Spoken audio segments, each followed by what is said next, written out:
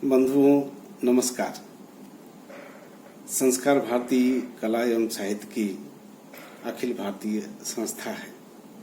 कला शांति में ही पनपती है, अतः कला के विकास की पहली शर्त शांति है। इसीलिए कलाकार लड़ाई झगड़े से दूर शांति प्रिय होता है। वह नित्य नूतन नवीन की रचना करता है, लेकिन ये तभी संभव है कि जब वह निष्पक्ष हो, वो किसी के पक्ष में न हो सिवाय सच के। और ऐसा ही एक चरित्र है कृष्ण। महाभारत युद्ध के नीतिकार रणनीतिकार होते हुए भी वे निष्पक्ष हैं। वे उस सत्य के पक्ष में हैं जिसे सत्य धर्म कहा गया है। कृष्ण युद्ध के साथ साथ शांति की बात करते हैं। कृष्ण अधर्म का नाश करके धर्म की स्थापना की बात करते हैं। वे परित्राणाय साधूनाम विनाशाय च दुष्कृताम, दुष्टों के विनाश की बात करते हैं, लेकिन युद्ध में शस्त्र न उठाने की प्रतिज्ञा भी करते हैं। यह आश्चर्यजनक विरोधाभास हमें दुनिया के किस चरित्र में देखने को मिलता है सिवाय कृष्ण के? ऐसा क्यों? ऐसा इसलिए नहीं कि कृष्ण भगवान है, बल्कि कृष्ण केवल भगवान नहीं, वह एक कलाकार भी है। बांसुरी बजैया, रास रचैया, नाग नथैया, 16 कलाओं से युक्त संपूर्ण कला है कृष्ण। उनके चरित्र में एक दूसरा और भी विरोधाभास हमें देखने को मिलता है कि वे धर्म की स्थापना की घोषणा तो करते हैं, लेकिन कुरुक्षेत्र के मैदान में धर्मराज युधिष्ठिर की बजाय गांडीवधारी धनुर्धारी अर्जुन के रथ का सारथ्य करते हैं। और वही अर्जुन युद्ध के मैदान में आते ही मोहग्रस्त हो जाता है, जिसे 18 अध्याय की गीता सुनाते हुए वे कहते हैं कि देख अर्जुन, न तो तू मारने वाला है, न वे सब मरने वाले हैं। मारने वाला भी मैं हूं और मरने वाला भी मैं ही हूं।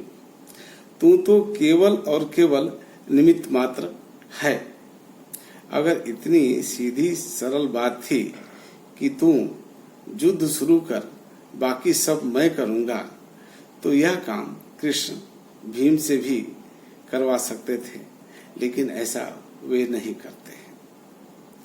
कारण कि युद्ध को अंतिम परिणति और परिणाम तक ले जाने के लिए अर्जुन आवश्यक है, और इसलिए कि अर्जुन केवल योद्धा नहीं है, वह भी एक कलाकार है, नृत्यकार है। और इसी कला तत्व और संवेदना के कारण वो मोहग्रस्त भी होता है। महाभारत युद्ध के रणनीतिकार और योद्धा दोनों ही कलाकार हैं। इसलिए इस कला तत्व के कारण महाभारत जैसे युद्ध को धर्म युद्ध की अगर संज्ञा मिल जाती है तो इसमें कोई आश्चर्य नहीं है। मित्रों, भारतीय संस्कृति में कलाकार जितना शांति प्रिय है, उतना ही वो सामाजिक दायित्वों के प्रति गंभीर भी है। वो युद्ध नहीं चाहता, वो शांति चाहता है। लेकिन अगर समाज की शांति के लिए युद्ध जरूरी होता है तो उससे वो मुंह भी नहीं मोड़ता। वह रोमन सम्राट नीरो की तरह नहीं है कि जब रोम जल रहा था तो नीरो बैठ करके बंसी बजा रहा था। भारतीय कलाकार पलायनवादी या तटस्थ नहीं होता है, वो समाज के प्रति, राष्ट्र के प्रति सचेष्ट होता है।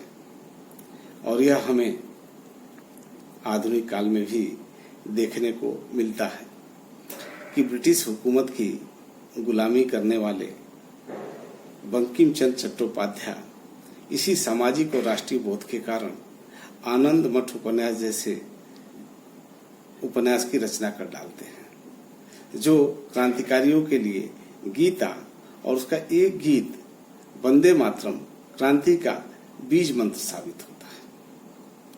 सन 1905 में अंग्रेजों ने बंग भंग विभाजन का निर्णय किया। वह केवल भूमि का विभाजन नहीं था, बल्कि वह संस्कृति का विभाजन था। और उस विभाजन का विरोध करने के लिए जो सामने आते हैं, वह दो दो राष्ट्रों के राष्ट्रगीत के रचयिता, नोबेल पुरस्कार विजेता गुरुदेव रविन्द्रनाथ ठाकुर सामने आते हैं।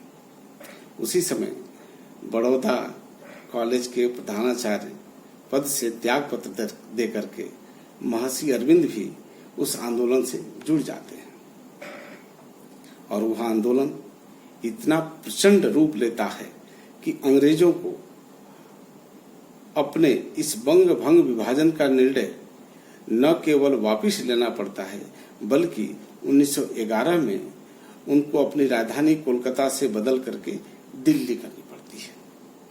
यह होता है सांस्कृतिक आंदोलन और उसके नेतृत्व की ताकत। वर्तमान में श्री राम जन्मभूमि आंदोलन को भी इस रूप में हम देख पाते हैं।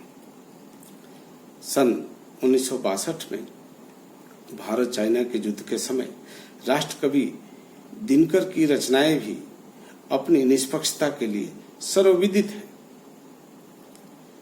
62 के ही युद्ध में अवसादग्रस्त देश को अवसाद से बाहर लाने के लिए ऐ मेरे वतन के लोगों गीत की भूमिका का एहसास हम आज भी करते हैं। इस देश में मिसाइलों के जनक, मिसाइल मैन के रूप में जिनकी पहचान थी, बाद में वो भारत के राष्ट्रपति भी बने, डॉक्टर अब्दुल कलाम, वे भी एक कलाकार थे, वीणा वादक थे। इसलिए भारतीय कलाकारों में यह कृष्ण तत्व आज भी विद्यमान है। इसीलिए संस्कार भारती श्री कृष्ण जन्माष्टमी के आयोजन को केवल भगवान कृष्ण को नहीं, बल्कि कलाकार कृष्ण को केंद्र में रख करके मनाती है। यह भाव ध्यान में रहे, इसका हम निवेदन करते हैं। धन्यवाद, नमस्कार।